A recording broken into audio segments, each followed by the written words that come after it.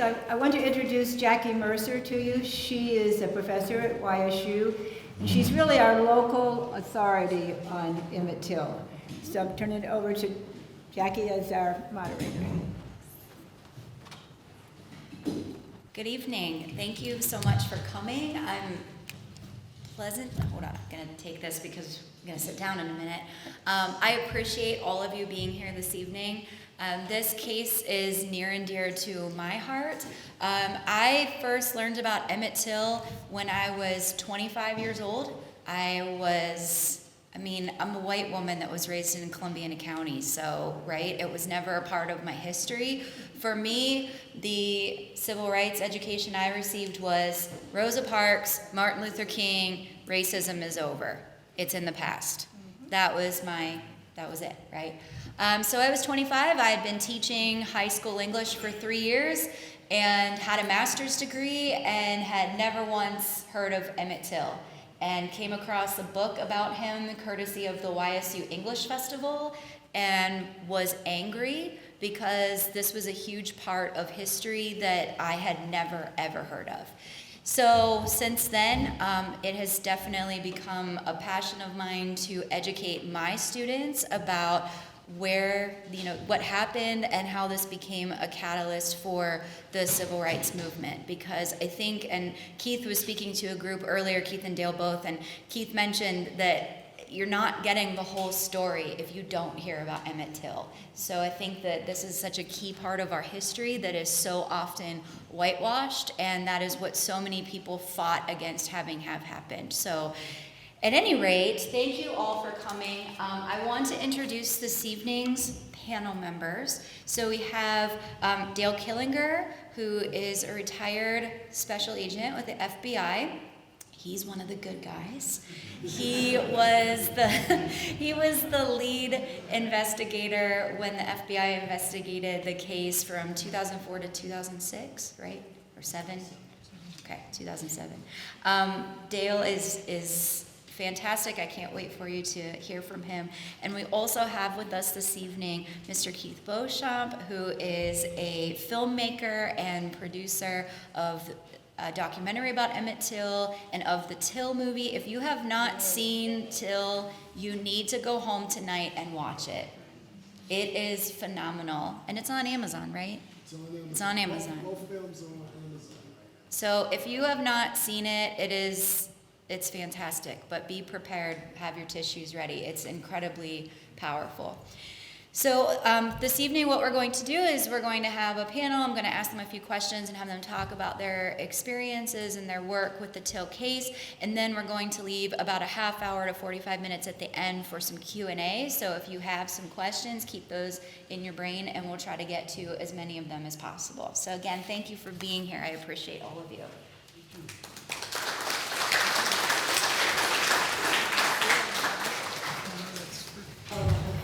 Okay, so I'm just going to have the two of you start, and I don't care which of you decides to start, and talk about your involvement in the research and the investigation into the Emmett Till case. How did you get involved, and what kind of brought you to it? What did you do? I'll just walk you and talk to you. Well, good evening, everyone. Thank you so much for being here on this special evening. An evening that I hope we will have a nice, cleansing dialogue and learn more about Emmett Till and the legacy of my mentor, the late Mrs. Mary Till Mobley. I came into the story as a young kid, and I see some of my African American brothers and sisters are here this evening, and I'm sure that our experiences are the same. But my journey with Emmett Till started when I was just 10 years old.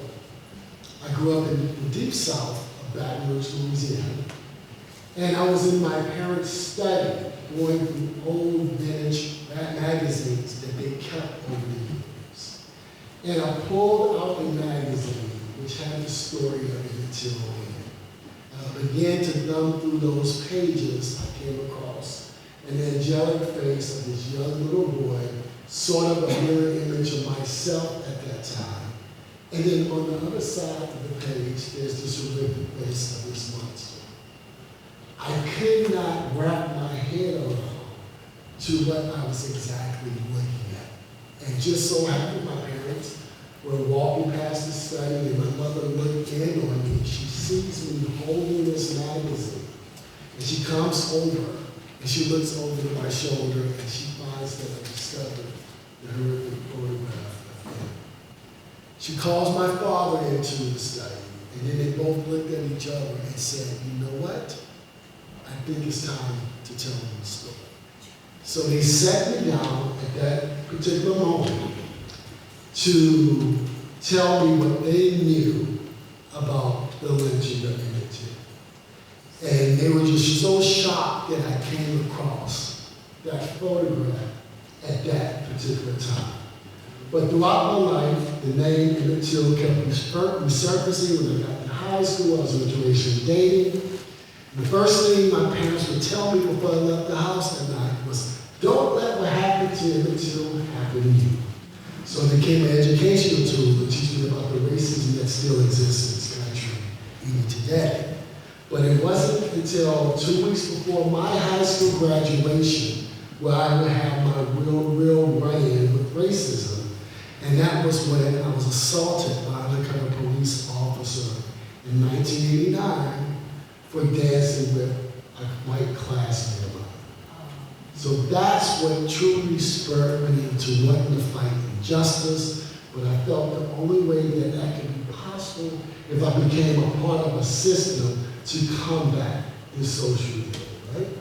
So I decided to study criminal justice at Southern University of Baton Rouge in hopes of becoming a civil rights attorney. But then towards my junior year of college, my best friend had moved to New York City and began to work with his sister in a film production company. So what best friends want to do, we want to sit together. I convinced my mother, who was a professor at Southern University at the time, to let me sit out a couple of semesters. If it didn't work out, I would go back and finish undergrad and go to law school as planned. Well, being in New York City, adapting to my new life, getting involved with entertainment, learning the craft of filmmaking. I started off writing, producing, and then later on directing music videos. I was making a little bit of money, but then I realized this was not something that I would love to continue because I wanted to do something that would have a greater impact to my community. So, at a company meeting, I was asked if there was a movie that you would like to produce, what would that be? First thing that came to mind is the story of Emmett Till. So right then and there, I made that commitment to press forward, to do all that I could to make this film. But I also knew that I couldn't do it alone. At the time, even we have these discussions today about appropriation, who was right to tell these stories, you have the family involved, and so on. So I knew I had to reach out to the late Mrs. Emmett Till Moore. So, like many of us who started out in the industry, I'm sorry, we had side jobs. My side job was Estee Lauder, headquarters during the week. And then we do the music video, movies, things we try to do on weekends. And so I'm sitting at the office, going online. Unlike how we go online today instantly, it's AOL dial-up, right? It wasn't websites. There were only web pages in existence at that time. And I came across a web page that had the story of Emmett Till, the Emmett Till Legacy Foundation, not Legacy Foundation, Emmett Till Foundation. And at the bottom was the lady Mrs. Emmett Till More's contact information. At that point, I built up my courage, picked up the phone, dialed the number. She picks up on the other end. I hang up in her face. I'm in my mid-20s. I don't know what state of mind she was in. I don't know how she lived her life. her lifestyle through magazines and so on. I did not want to open up old wounds. But I fussed at myself. I said, look, I didn't move to New York to work a white collar job. If I'm going to move forward with my mission and telling the story, I got to get her on board. So I called back. She picked up the phone. I immediately apologized. She asked me, why are you apologizing? I made sure she understood I was the person who called before. I hung up in her face. And she said to me, baby, why did you hang up in my face? And I told her I was afraid.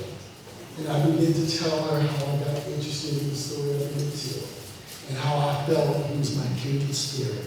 And I needed to talk to her because I want to tell her story. And I also want to continue to fight justice, for justice. And what I thought would be a short phone call ended up being a 2-hour phone call of us talking and going back and forth. I meet her face to face. 1 year later at her home, she invited me to her home. And the way she would describe our meeting, which I've heard her speak about in interviews that we have done together years ago, she said when she saw me, it was like love at first sight. And that became, of course, the start of our relationship. Yeah. And how I introduced it. So mine's a little quicker.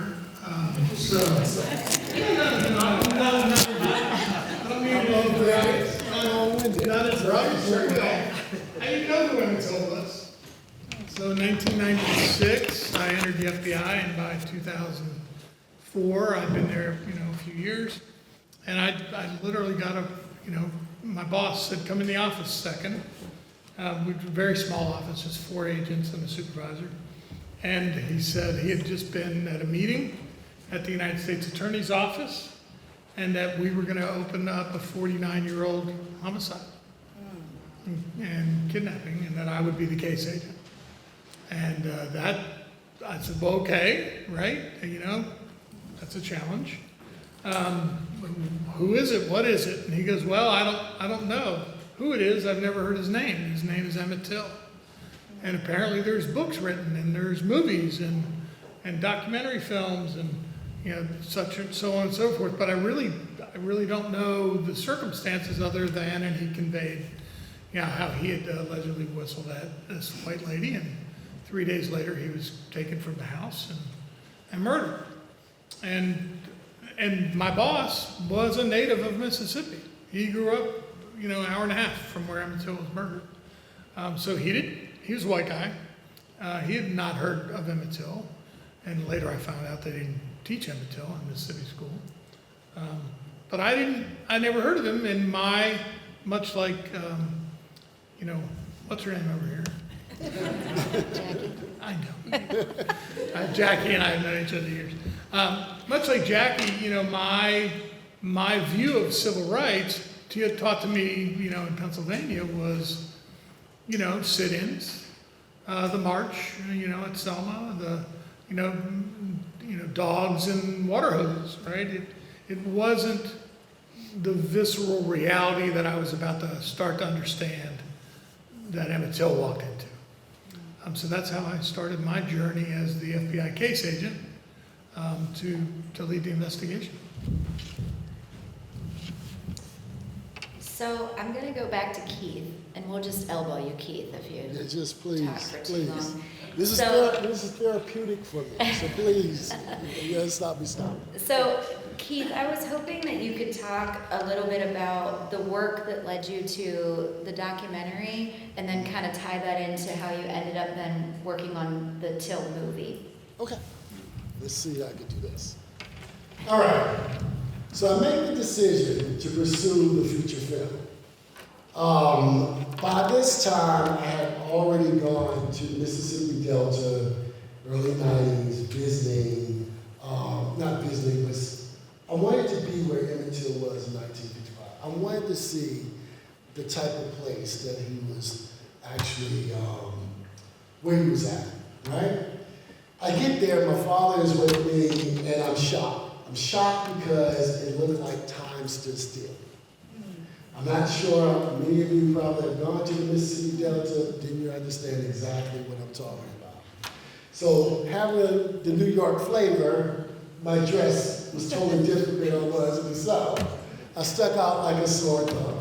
But I began to ask people in the community, or people that I come across, about Emmett Till. If they know the story, if they know anything about it. What I found out early on, that Emmett Till, the name, was one that no one should utter in public.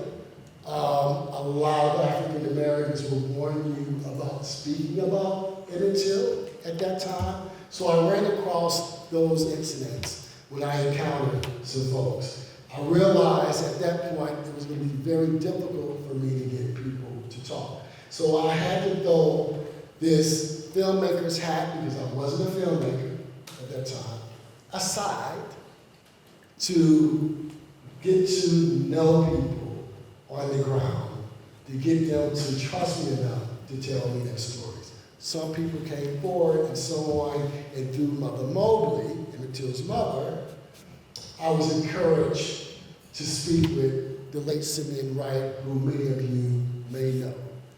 It took me 3 years to get Mr. Wright to speak to me because of the fact of what was always written about Mose Wright's family, or his side of the family, blaming him for the abduction and the lynching of Emmett Till. And so the new Mr. Wright, he fought his whole life trying to correct that narrative. And so when he finally opened up to me after 3 years, because he did not want to talk to any media, he did not want to talk to any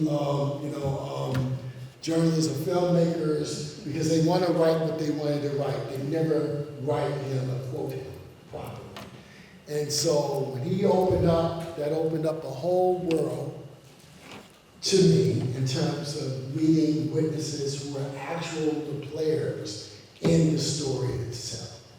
And so from that point forward, I started going in and out of the Mississippi Delta, going to Chicago, going to Detroit, capturing interviews on camera, not knowing that these interviews were actually depositions, because these people had never spoken before. I was only filming because I didn't know if I was going to ever see them again, because Minnie was up in age, and I was still trying to produce a feature film. The feature film failed. I wrote a script. It was optional by producers who worked with Showtime. They sat on the project. I did not have any control of my script for 3 years. And with Mother Mobley understanding and knowing the evidence I was coming across, she's the one who encouraged me to do the documentary, because she said that if we do the documentary, perhaps this could be a stepping stone in getting the case real. I took heed to her words, and I followed her lead. And my parents, thank God, they saw the frustration that I was having trying to raise money. They actually gave me the money I was supposed to go to law school with to produce the film. So we produced the untold story of Emmett Lewis Till, which eventually prompts the federal government to reopen the case more than 50 years later. Yeah. So that's how it happened for me. It was my first film. I'm glad that I didn't fail, because I would not know how to handle that with my parents. Right? But it happened, and this is how I met this gentleman here. But the film Till came along because there was a second promise that I gave the late Mrs. Mamie Till Mobley that I would pursue, because in 1956, she herself had 2 movie deals, which was shelved because of the times. So she always wanted a film about her son's life and about her journey, because she felt that feature films could reach more people than a documentary. And of course, I learned that filmmaking is my activism tool. No more should we have to rely on leadership in our communities. Nothing gets you more than a visual. We'll see and touch people. It was that visual of Emmett Till in the magazine in 1955 that woke me up. And it continues to wake generations up. And so, for 67 years, many have tried to produce a movie on Till. From Rod Serling to William Bradford Huey, who is synonymous with the case, to Steven Spielberg and others. But they all failed. But we were able to finally get this film made in 2022. And that's how I got involved. And again, if you have not seen the movie, please, I beg you, go home and watch it. It's good. Yes. Very good. It's very good, but it makes me cry every single time because it's that good. So this next question is for Dale. So speaking of the investigation of the case, could you talk a little bit about, I mean, I know there was a lot that went on during your investigation. Could you talk about some of maybe, I don't want to say the highlights, but some of the moments that really stood out for you as you were investigating, especially since, when you started, you said, I had no idea who Emmett Till was. So especially maybe I always think that the autopsy is an interesting moment, confirming and also clearing up some information.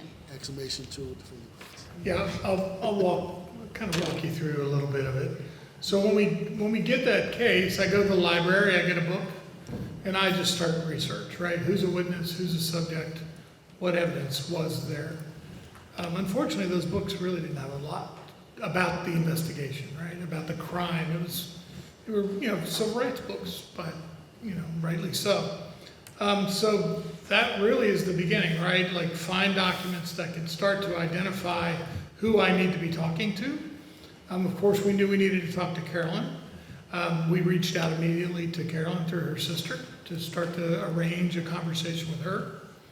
And that's the first couple months, right? And right away, we partner. We partner with the Mississippi Highway Patrol. And we get one of their investigators who's from the Delta. He's from Sumner. He grew up on a plantation, black gentleman, to help. And we get a retired special agent who grew up in Sumner. He's a white gentleman, Len Rice. So they're going to help me. And almost immediately, both of them start to identify new information. And we also start to get phone calls to the office once, because it was publicized that the case was open. So right from the get-go, within the first 60 days, we had a gentleman call who said he had witnessed his dad with J.W. Milam, and there was blood coming out of the back of a pickup truck. And they stuck his dad's head over the pickup and said, this is what happens to smart ends. And then his dad drags him home, right? So and that gentleman also says, he saw a guy named Henry Lee Loggins and Henry Lee Hill, he called him, getting into the truck with the body. So that's our first new witness that we identified. Then Keith calls with multiple leads throughout the whole thing. Two key witnesses, though, that Keith told us about was a gentleman named Peter Harris. Peter was in Flint. And I don't know how Keith found out about him, but he said, you need to go talk to this guy. I fly up to Flint and Detroit, do interviews, and we just go hang out in Flint for a day, because apparently he was fishing all day. And when he shows up at the house, sure enough, he was confronted by Roy Bryant the Saturday morning after the whistle, before Emmett is kidnapped. And he's confronted, like, where are you from? Are you from Chicago? And he didn't say yes or no, sir, so Roy got mad. His mother intervenes, and Carolyn whispered something to Roy. He didn't know what, but when she did, he backed down. That's something to ask Carolyn about at some point, right? The other gentleman was a guy named Willie Hemphill, and Willie Keith had tried to call him, and was not having success, and told me who he was and where he was. And so I roll out in the Mississippi Delta a couple times to try and find him, and I finally get him at home. And he was literally kidnapped along the side of the road about 5 hours after Peter Harris. So he's walking along the side of the road, pickup truck pulls up in front of him, J.W. Milan gets out of the truck, Roy Bryant gets out of the truck, Carolyn gets out of the truck, and a black man named Johnny B. Washington gets off the back. And Johnny B., at J.W.'s command, throws him in the back of the pickup. Carolyn looks at him and says, "That's the wrong end."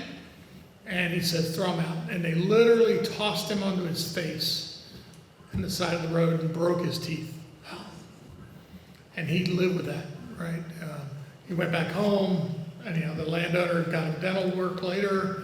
But here we had two really key witnesses, right? These are young men who were confronted. They're hunting for Emmett Till, right?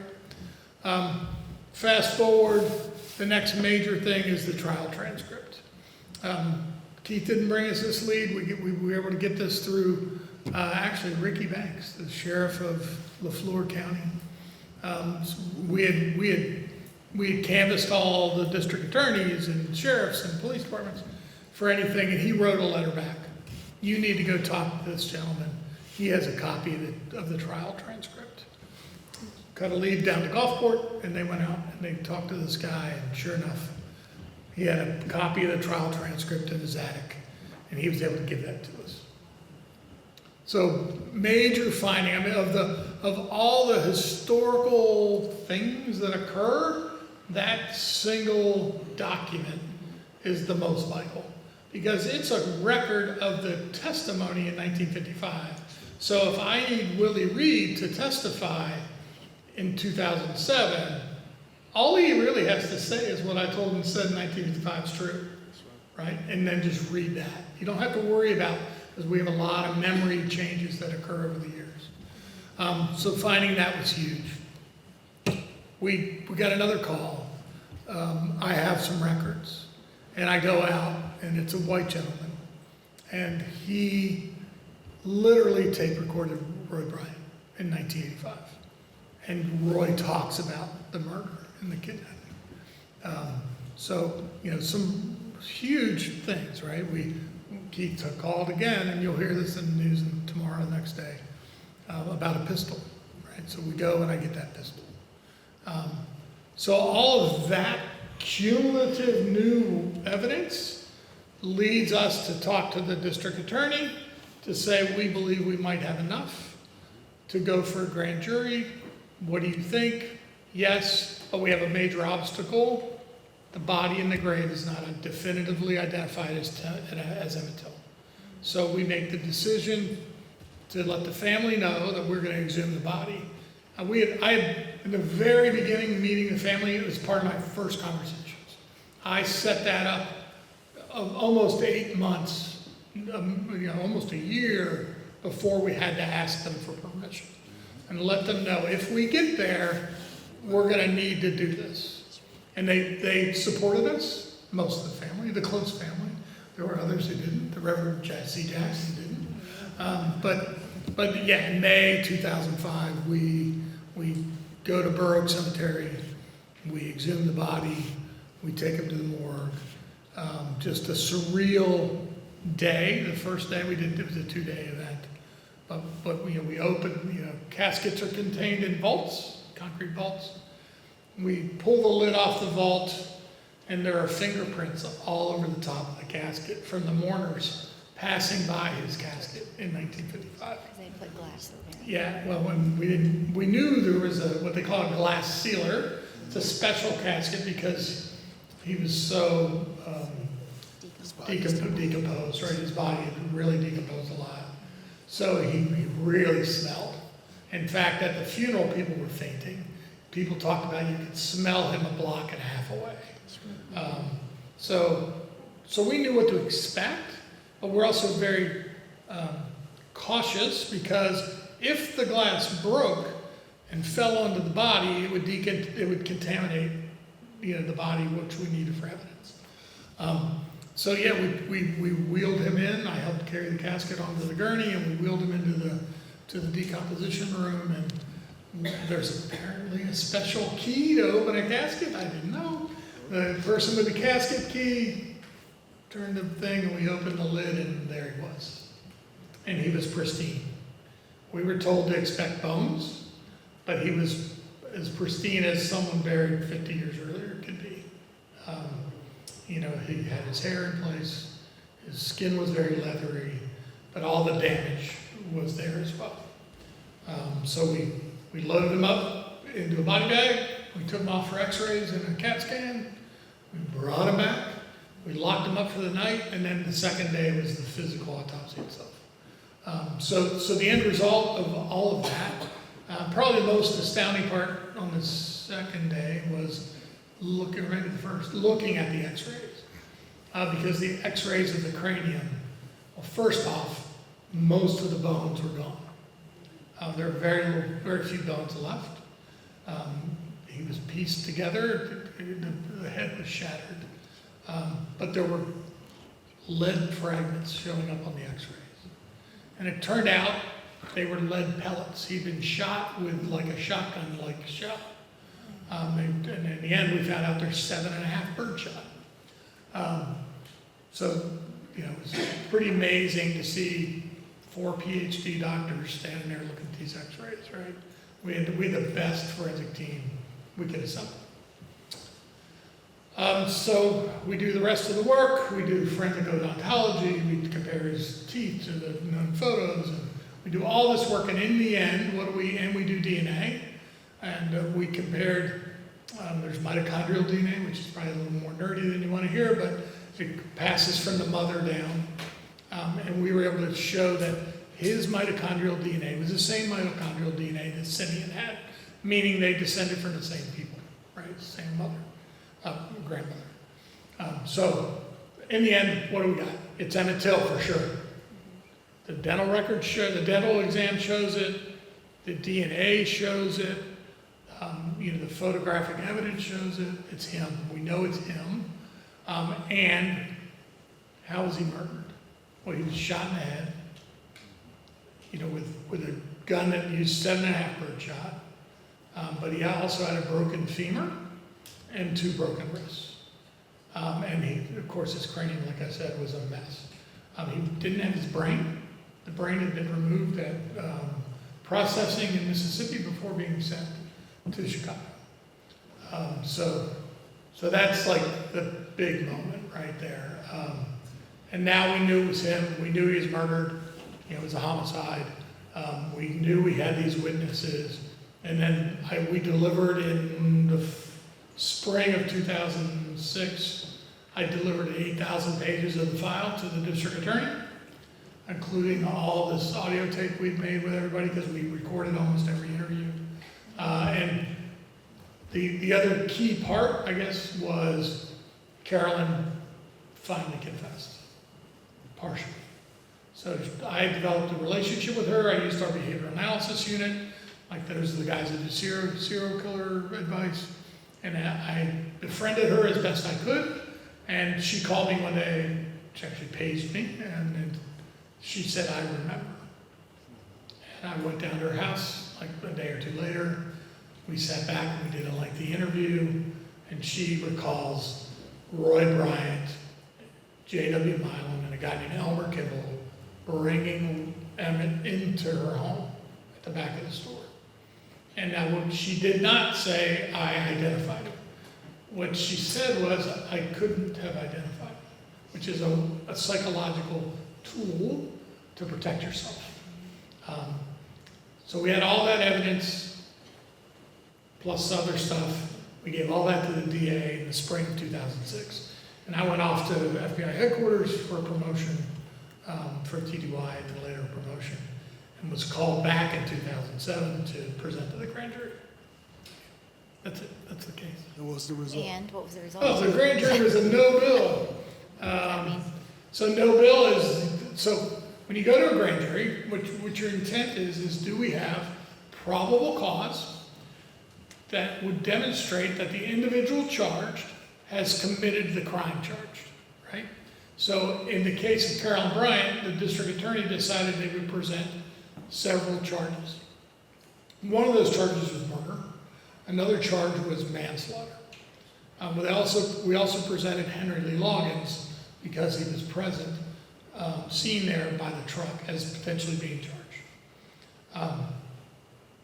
Personally, I thought we had enough for probable cause. Maybe we would not win a trial. I thought it was a jury question.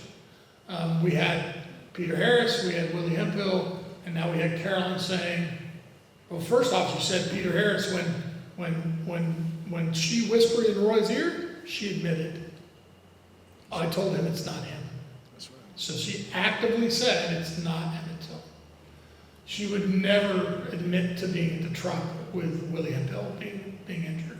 She always said she didn't recall it. But I thought we had enough for probable cause. The saying in the law enforcement circles we've all heard is you can indict a hand signals, right? It's all about how the district attorney presents the evidence. And, she tanked it. She purposely led the grand jury, in my opinion, because I wasn't in the room, but down the road to not indict. And I'll tell you why I think that mainly. I'm done with my entire presentation. My very last slide is Peter Harris and Willie Hemphill are alive. Emmett Till was murdered.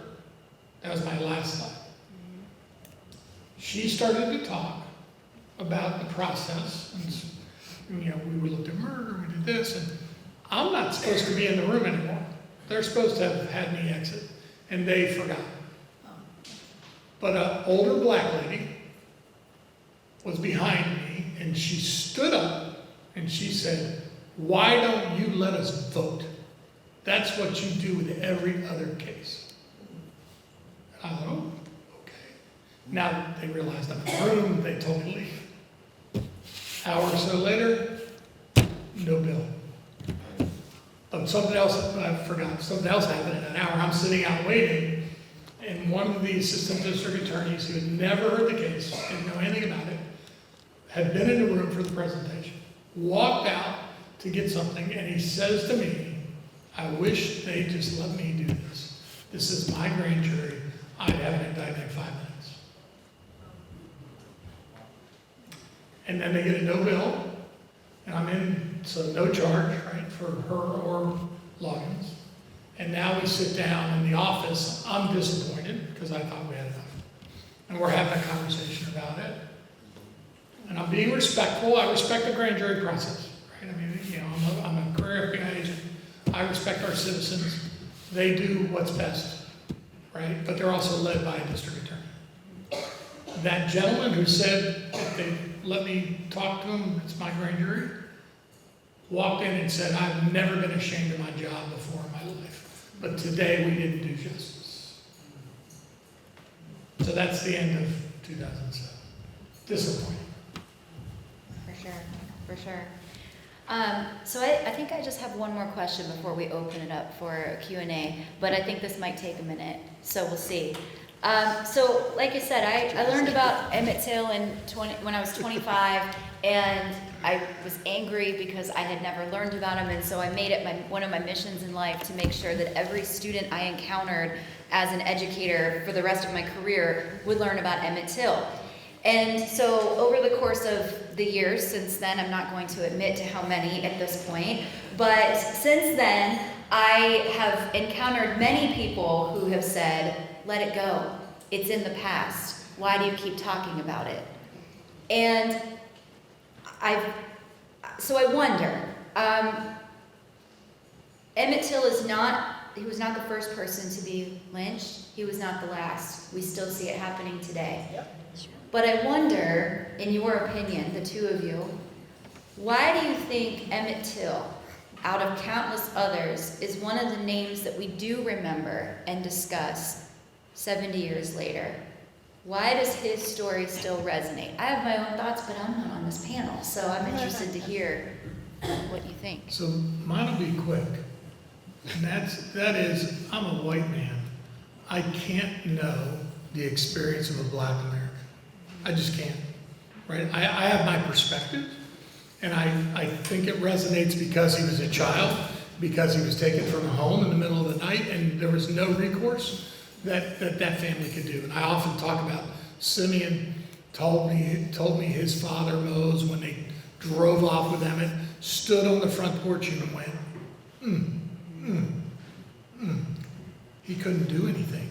He wasn't permitted as a black man to go to the sheriff. They went to the neighbor to use the phone. They were not permitted to call, right? So for me, it likely resonates because he was a child, right? It likely resonates because it is the example that many black Americans grew up with. But as a white American, I didn't have that, right? So my perspective is very different. So I can't put a good pin in it, right?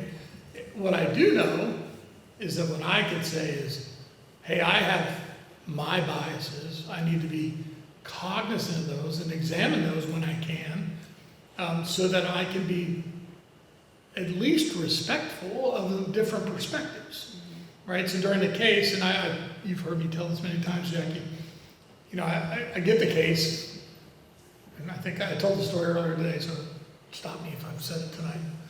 But I'm dealing with a very distinguished black attorney on another case. I happened to be on the phone with him, and I said, he's about 15 years older than me at that point, so he's maybe more. He's in his 70s, maybe, and 60s or 70s. And I just said to him, hey, you grew up here. You're black. I'm a white guy from Pennsylvania. I just got assigned the Emmett Till case. What advice do you have? He literally couldn't respond. It was about a 20-second pregnant pause. And this is an attorney, right? I mean, this guy is sharp. And he finally speaks, and he says, I can barely speak of this. You can't understand the impact that child's kidnapping and lynching had on my family. I wasn't allowed to leave the house for 5 months. You have no clue. So I'm so glad I had that interaction with him, because that allowed me to check myself as I went and encountered people along the way, right? So it's a tough one for me to say, because I represent a part of the community that it didn't grow up with it. And even if we did, it's not as impactful. Absolutely. Okay. All right, several things I need to say. First, the question is why Till resonates even more today, I guess, in a nutshell. Yeah. One is because of the fact Emmett Till is the Anne Frank of Black America. Good analogy. Right? His lynching serves as a grave reminder of injustice as well as hope and change. Because it was change that came out of the lynching of Emmett Till. It's because of Till we know the names of Dr. Martin Luther King and Sister Rosa Parks, who both made their decisions to push the Montgomery bus boycott, and Rosa Parks, for Sister Rosa Parks, making her courageous decision not to get up from her seat on that bus in Montgomery, Alabama. All was done because of the lynching of Emmett Till. Dr. Martin Luther King felt that the lynching of Emmett Till was an intimidation factor to keep black people away from the polls. 1955 was an election year. Sister Rosa Parks, who I had the pleasure of being with and meeting and being acquainted with over time, because Rosa Parks and Mother Mobley were good friends. She sat with me and said to me, the reason why she didn't get up from her seat on that bus in Montgomery, Alabama, is because Till was foremost in her mind. So, when you think about the mobilization of the American Civil Rights Movement, where would we be if not for the lynching of Emmett Till? Furthermore, Mother Mobley used to always say to me, along this journey, I may not be here all the way through this journey that you're on, but I want you to, and she used to say this to me all the time when we depart from each other, we talk on the phone, we hang up. She would say this to me all the time.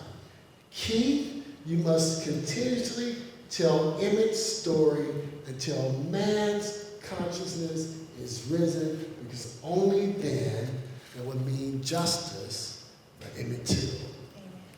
Being in my 20s, I'm like, I don't know what this means, but growing and maturing and learning about this history, I come to know that those words were prophetic in many ways, and what she was trying to tell not just me, but us. No matter how long we fight to get justice for Emmett, we may even attain courtroom justice, it's not going to stop all the Emmett Tills of the world from happening.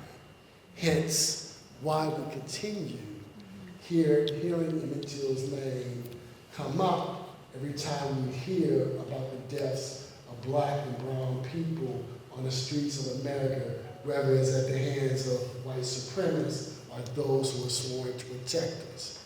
Emmett Till's name always metaphorically comes back to fruition. Would you say the words again that she said to you?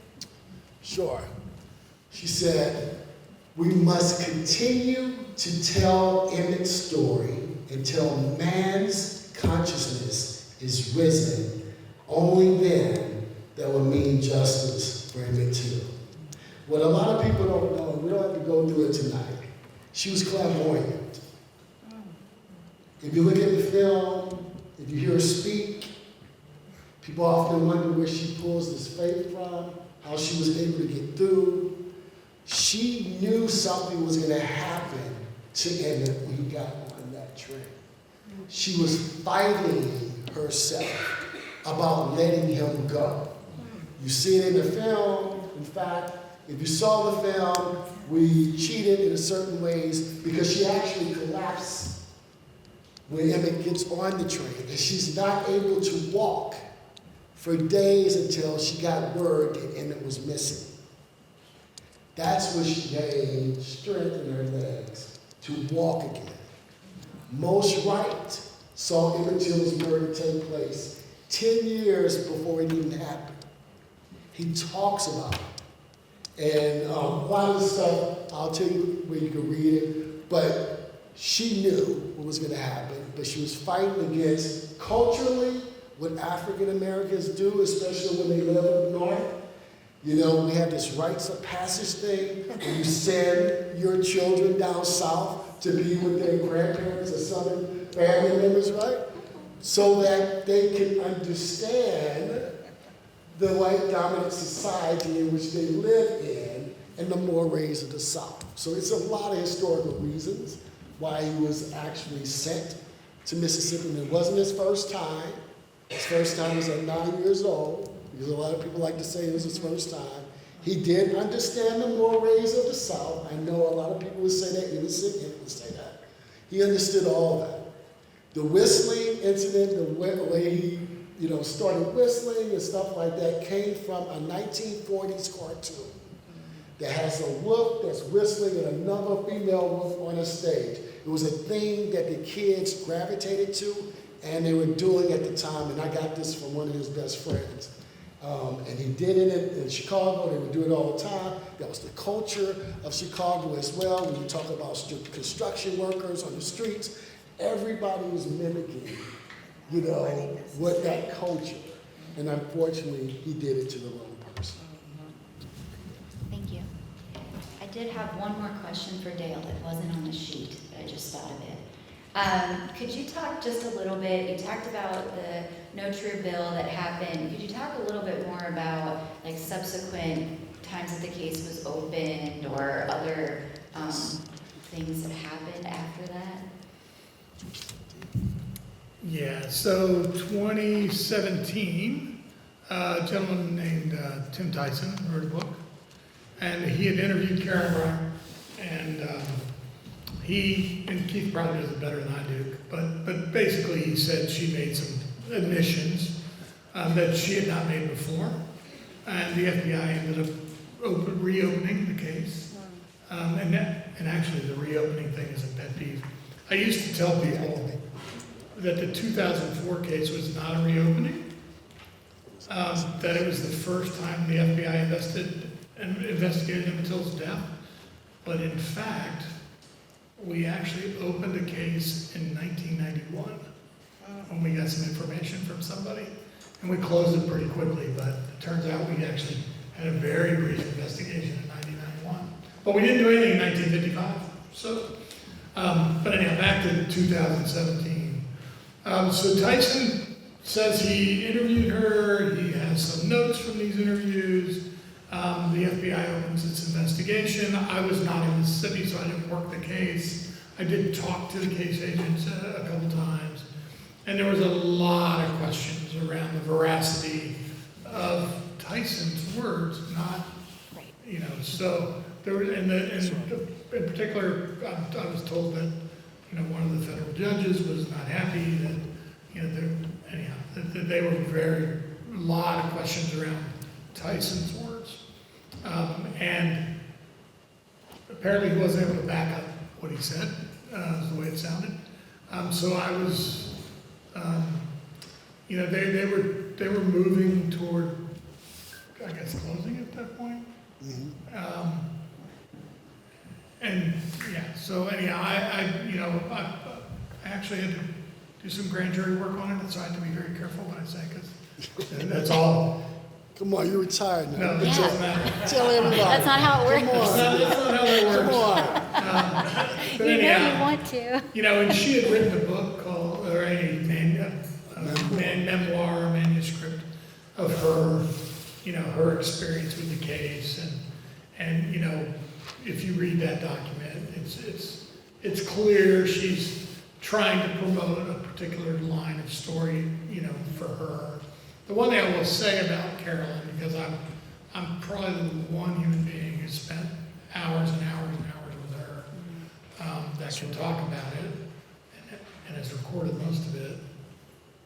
She had every opportunity to say she was sorry or make an apology or be introduced to his family. And she never once decided to do that. You know, she had every opportunity. That's right. And she just, you know, she didn't. And I think in the end, she was a young woman who was forced by her husband in a very, very patriarchal family, you know, 50s. The women didn't ask the men what to do, what they were doing.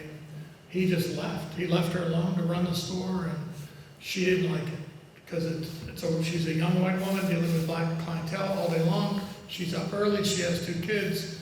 She's having to take care of the kids, take care of the store, and it's hot. And the whistle happens, and then she used it as leverage because she actually says this, I think, in her manuscript. I vowed I'd never be alone in that store again. Right? It's like her sister-in-law, Juanita, when we interviewed Juanita, she's like, yeah, I think she made it up because she didn't want to be alone. It's like, keep it simple, stupid, right? It's the most logical explanation for why she did what she did. And then it got out of hand and all Somebody that. died. That's way off 2017. The outcome of 2017, and Keith will correct me, did that roll into the grand jury, the 17 stuff? It did. Yes. Yeah. Some of those. So what happens is, Keith can tell this part, but basically, Keith calls me and says, I'm gonna go to Greenwood and I'm gonna dig through a bunch of files in the courthouse because there's an arrest warrant for Carolyn Bryant that we knew about, we knew it existed, but he was convinced was probably still in the files. Well, during the case, I had asked Greenwood, the DA's office, you know, the court, give me all your records, and they didn't give it to me. And he's like, no, I really want to go down there. It turns out there's like boxes and boxes of stuff, and I'm going to go. So he goes, and he doesn't find anything, but he finds a bunch of boxes. And then I think we were with you in Louisiana, and he's like, I'm going up again, you ought to come with me. And I'm like, no, I'm not coming. I don't even know the point, Keith, and why you're doing this. You know, and they find the arrest warrant. But what that does is it starts pressure on the district attorney. He had this 2017 investigation with all its questions. Now Keith has found this active arrest warrant for Carolyn Bryant. right? So why haven't you arrested her? Why aren't you getting someone to arrest her? Why aren't you doing something? They do a writ of mandamus to the court to say, make the district attorney do something. Do his job. And I'm in California doing work on my, my retirement job, and I get a phone call that says, you need to be in Mississippi in 2 days. So I fly to Mississippi, I go to Greenwood, and I once again present the case, the 2004 investigation. At that point though, Willie Hill had died, Peter Harris had died, Willie Reed had died, right? So all of our really key witnesses are gone, right? They're the ones that she interacted with and could really show what I really believe she was guilty of, which was manslaughter. And they were, so that grand jury came back with a no true bill. And that's just the way that was. Now, I don't know all the charges that were presented there. I don't know if they presented the kidnapping or not. But that resulted in the DA then dismissing the kidnapping warrant and all of it. So that brought that kind of to a screeching end, and then she died 1 year later. So then she passed away. But in the middle of that, Keith and I were working to try and do a documentary, and we were trying to get me to go back and talk to her. Because I believed to the end she would talk to me. The last time I talked to her, immediately after confessing, she gave me a hug and said, don't forget about me, come back and see me. And I'm thinking, yeah, I'll see you in jail. Yeah. But that didn't come to happen. So. Yeah. Does that answer your question? Yeah, it does. And besides that, I helped him on the Till movie as a technical advisor, but it was like, I did almost nothing. He did. Back to I don't know, did you have anything? I just told your story on the warrant, I'm sorry. Well, I'll just say. Well, we can get to the Q&A, so The go DA ahead. just dropped the most recent DA for 2017, for the 2017 investigation. I truly believe he dropped the ball as well. I believe he's not only dropped the ball, but I think the investigation should be handled the right way. They brought a new agent in to interview Carolyn Bryant when they should have brought this gentleman in and allowed him to do it. And so there's many faults, and you're going to hear about those things later on. Okay. Yeah, it is 8:15. And I think what gets me is Carolyn got to live a long life. She got to watch her children grow up. She got to watch her she had grandchildren? Yeah, she got to watch the grandchildren grow up. Emmett never got to graduate high school or get married or have a family, and his mom died without ever seeing justice. You know for her what, son. Jackie? Can I say one I would one love thing? for you to. I'm sorry, I have one more thing to say, because we did talk about the warrant. Now, people wonder why the warrant was never served, right? So, I had the warrant in 1955. I handed that over to the federal authorities. That wasn't a big thing that we were looking for then. We follow up, of course, when the FBI, DOJ decided to close the case in 2021, claiming they did everything. That's what prompted me to want to go and search the courthouse. We find the warrant. Everybody's fighting, saying it's a 67-year-old warrant. There's no way that it can be valid. It didn't expire, so we know that. The biggest thing was going back trying to figure out why she was never served the warrant in the first place.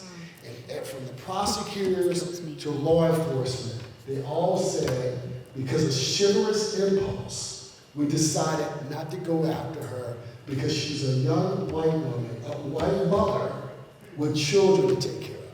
Why? That was the reason why she was never served the warrant. And of course, Dale mentioned the manuscript, the memoirs. And in those memoirs, she's comparing the death of her son to the death of Emmett, saying that she understands what Mother Mobley had gone through. This is the mindset that she was still in until her death. Yeah. 1996, I arrive in Oxford, Mississippi. And we find out, I don't know if this is true, but we were told, the high school had ended segregated dances the year prior. Right? It's like, really? And in the mid-90s, like after I was there, we had investigations on restaurants in Greenwood that were not allowed to have black patrons, right? So, you know, it was very close, right? It's like not 20 years ago. It's like this is a week ago, a month ago. Very disturbing, you know, some of the habits that were still pervasive in certain parts, right? Anyhow, I just want to say thank you for having me and Keith on as a closing remark. You know, it's really an honor to.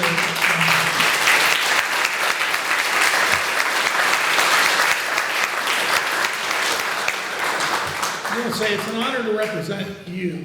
So I've told my wife multiple times, I was paid by the taxpayer. You know, I feel a duty to inform. You know, no one's going to read the FBI file, right? It's 8,000 pages long. But I can tell the story, you know, of what you asked me to do. And hopefully I did it justice as best I could. It didn't have the result that I would have liked, or you probably would have liked. But we did our best to really represent Emmett and his mother and try and get as far as we could toward the truth. And it was an honor to do that.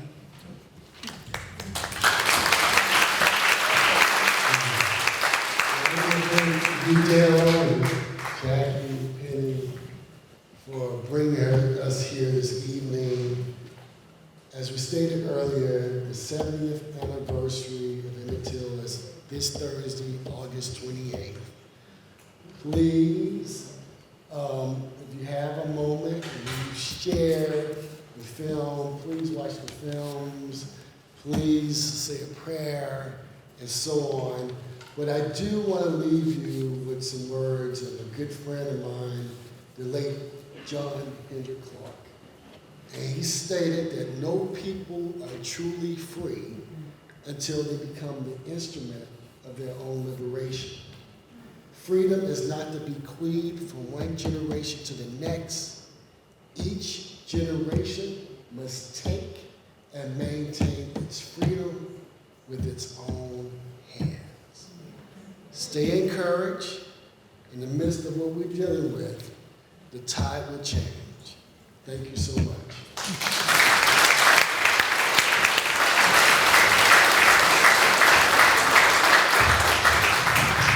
I would like to thank you all again for coming this evening. I would like to thank Penny Wells. I would like to give her a round of applause. It is incredible. If only we could be just 10% as amazing as Penny is, we would all change this world. So thank you, Penny. Thank you, Mahoning Valley Sojourn to the past. And I just want to, I'm a teacher, I'm going to give you homework. Please take this story with you. Please know that this is how we change things, especially my white friends. Let's use our privilege to dismantle the system that gives us this privilege. Let's use our privilege to change society, to change the tide, to make it a better world for not only ourselves, but the generations to come, so that we don't have more kids like Emmett Till, more people like Emmett Till. Thank you again for coming. I appreciate all of you.